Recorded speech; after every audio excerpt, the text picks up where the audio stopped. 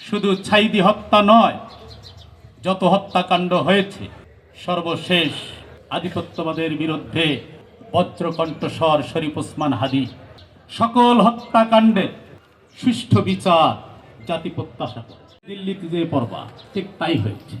এই বক্তব্যের সূত্র ধরে নির্দ্বিধায় বলতে পারি, এক যুগ আগে বক্তব্য তার মুখ থেকে আসলো, এক যুগ পরে সেটির বাস্তবায়ন আমরা দেখলাম। এ কারণে আমি বলেছি আল্লামা সাঈদী একজন আধ্যাত্মিক জগতের মানুষ ছিলেন।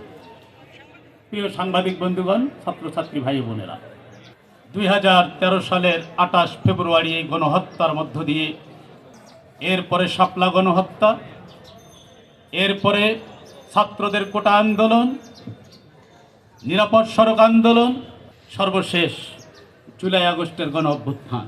আমি মনে করি আল্লামা সাঈদীর রায়ের দিন যে গণহত্যা চালানো হয়েছিল, এই গণহত্যার প্রতিবাদে যদি এদেশের মানুষ যেভাবে ঝেঁপে পড়েছিল, এই আন্দোলনটা যদি গতিশীল থাকত, পরবর্তীতে যত আন্দোলন হয়েছে, তৎকালীন সরকার 28 ফেব্রুয়ারি 2013-কে রিহার্সেল হিসেবে কাজে লাগিয়ে পরবর্তীতে সেগুলো আবার বাস্তবায়ন করেছে।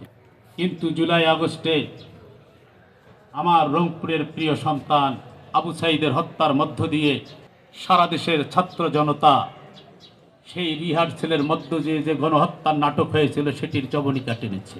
আমরা নতুন বাংলাদেশে দেখতে চাই।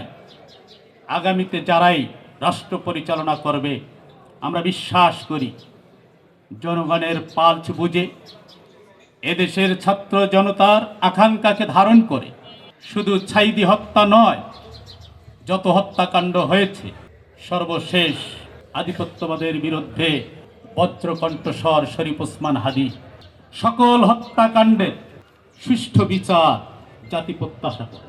মধুর ক্যান্টিনের সামনে আজকের এই আলোচনা সভায় সাংবাদিকদের সামনে বাংলাদেশের বহুল আলোচিত একটি জেলা রংপুর জেলার রংপুর এক আসনের জনগণের খাদেম হিসাবে এখান থেকে আমি দাবি উচ্চারণ করতে চাই, সর্বশেষ শরীফ ওসমান হাদী সহ বিগত সময়ে যত হত্যাকাণ্ড হয়েছে, এই হত্যাকাণ্ডগুলোর নির্মোহ নিরপেক্ষ বিচার জাতি প্রত্যাশা করে, আমরা সেটি চাই।